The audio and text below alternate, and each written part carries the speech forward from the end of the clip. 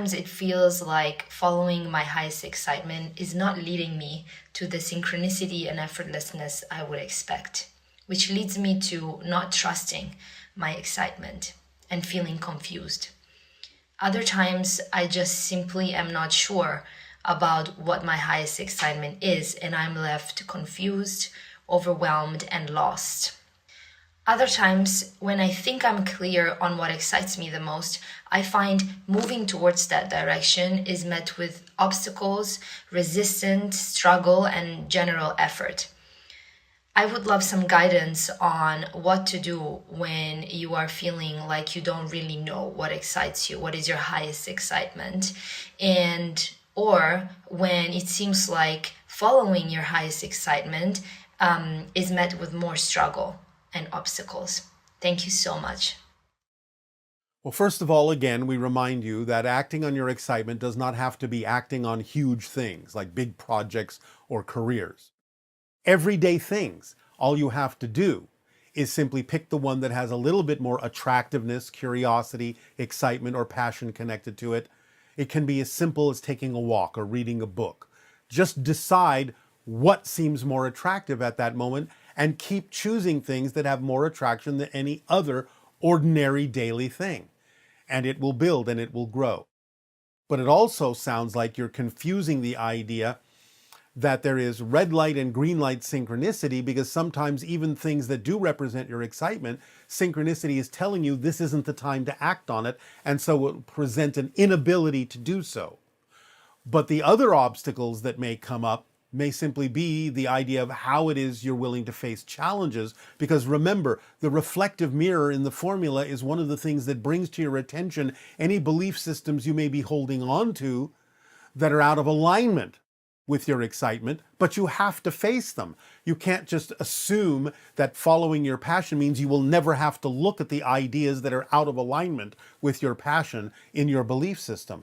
That's the exact thing you're supposed to be doing, is revealing all the beliefs within you that are negative, fear-based, or out of alignment, and dealing with them and finding out why you're holding on to them.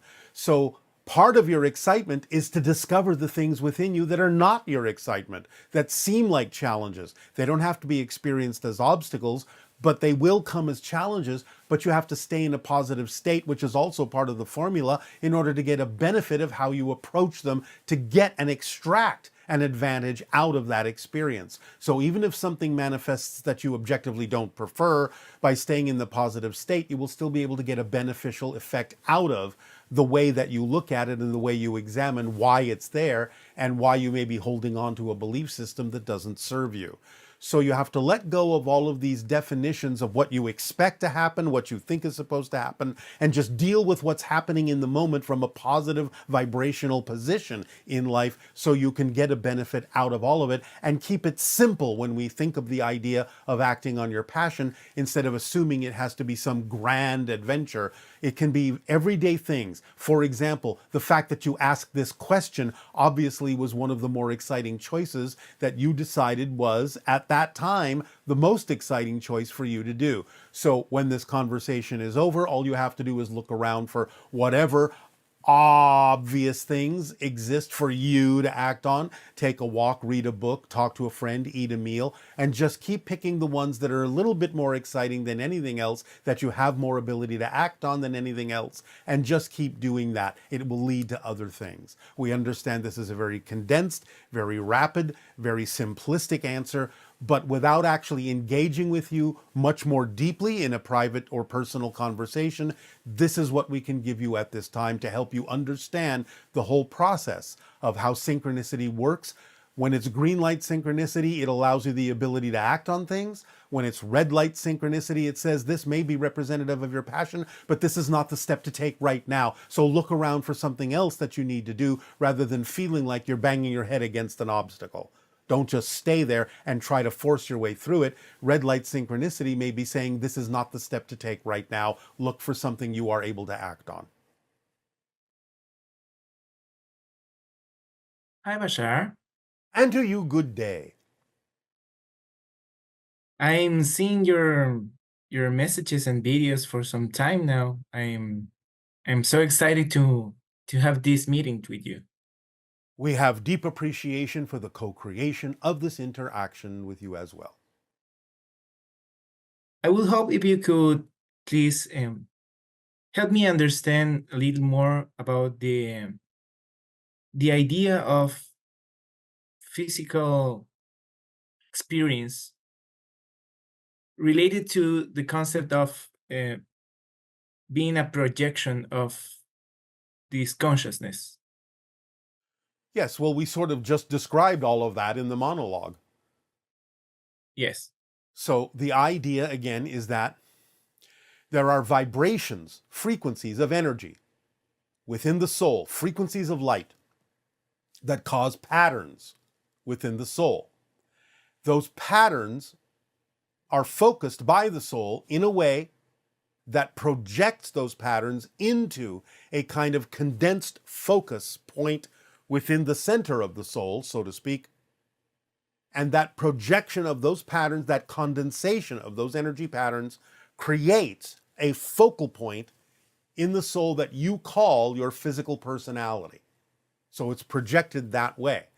And because it is projected by those vibrations, those frequencies, then the physical personality perceives the idea of a reality around itself, which is made up of those frequencies.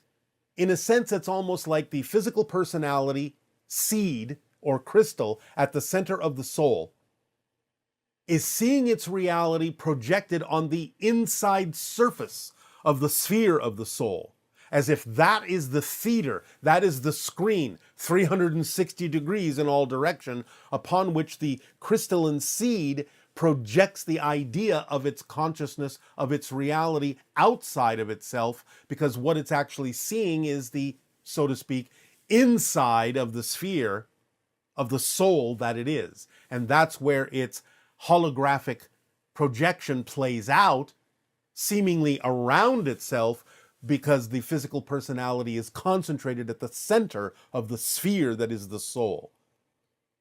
Does that make sense? Does that answer your question? It makes sense, yes. But the question is about I am perceiving this reality in are you perceiving my reality? You are perceiving your reality? Yes. It's But we are agreeing to some degree to create something similar enough that we can talk about things as if we are sharing the same reality, even though we are creating our own reality. We're creating our own version of reality based on our connection and communications with each other, with everyone, to create a reality that is similar enough to the reality you're creating so that we can create what appears to be a shared reality, even though it is actually different realities. the experience is everything in the same moment. Yes. But you only We are- experience what you're focused on. Yes. So there are many aspects of what we are creating that are not visible yet, or may never be visible, because you may not need to create your version of that in order to experience it, because it may not be relevant to do so. But what you call the idea of the future are simply elements of the realities that we are creating with each other that are not visible yet, but they are there. So they become visible when it is relevant for them to become visible, because that's what you're now focused on. And from your linear space-time perspective, you call that becoming visible part the future. Yes. And the part that now goes invisible but is still there, you call the past. But all of it's there. It's just that it's different about what part of it becomes visible to you at any given moment in the present. So what I experience now with you, Yes, from my point of view, my perspective, it's a projection yes. of my consciousness. You are perceiving the same, but in your point of view. I am perceiving something similar enough that we think it's the same. Yes. Okay. That's one of my questions. Yes, it's very similar to what you're experiencing electronically now in this particular exchange. In other words, you know that you're not actually seeing the physical body of the channel. You're seeing an image that has been electronically converted into images and sound that then open up on your computer so that you can see a representation of the channel. You're not actually seeing the channeled body directly, but you're interacting with it in a way that lets you know that there is such a being as the channel who is channeling a being like us, but you're not actually seeing the channel's body directly. You're seeing a projection. So it's similar to Yes. that idea. That's actually the same feeling and like information. It's flowing through me. The same thing that I was feeling, it's what you just said. So Yes. it makes perfect sense. So thank you so much. Yes, you are so welcome. Is there a difference between an angelic or a spirit guide or an extraterrestrial Well, yes. being? Yes, although many of us have similar qualities, and so sometimes it can be challenging to tell us apart.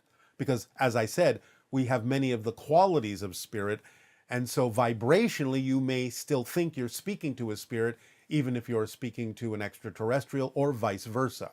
You may be speaking to an extraterrestrial that you think is a spirit. You may be talking to a spirit that you think is an extraterrestrial, because sometimes it's challenging to tell us apart. Nevertheless, yes, there is a difference between the idea of an angelic being that has never been physical, a spirit guide which may have been physical in its experience, or members of your soul family that may choose to have been physical and taking turns playing different parts for you in different lives, so to speak. So, spirit guides can also be someone who has been part of your soul family or doesn't have to be. It can be someone who, in a sense, is being trained as a spirit guide, and based on their level of skill and their particular choices of what they would like to do, they may be, so to speak, assigned to different people to help them grow as a spirit guide, to learn how to communicate and help people who have chosen to have physical experiences. So, yes, there are differences in the way that the beings may experience themselves in different dimensions and different realms, but ultimately they can sort of function in a similar way. Okay. Thank you so much. Yes. I, I don't know if now I'm allowed to ask a last question. Well, you just asked a question, so I suppose you can ask another one. Um, it's difficult to me to imagine extraterrestrials since I was a child, specifically the what we call here the grays. Yes, well, they're not truly extraterrestrials in the classic sense. They are mutated humans from a parallel version of Earth. Yes, this idea or concept, although I found it fascinating, and it really starts piquing the curiosity of my experience, but it's also terrifying to me. I Why? can understand why.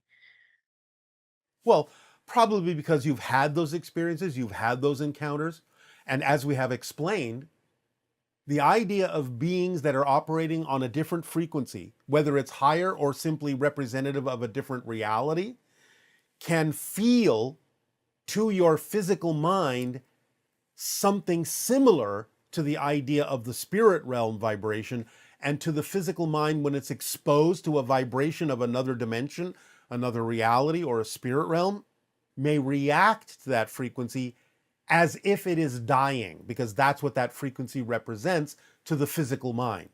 And so the limbic brain will react as a fight or flight survival mode suddenly, because being exposed to that energy may make it feel like it's about to die, even though it may not actually be about to die. It may feel like it's about to die by being exposed to that energy. And that's where the fear reaction comes up. It's a survival mode reaction of the limbic system in the physical mind.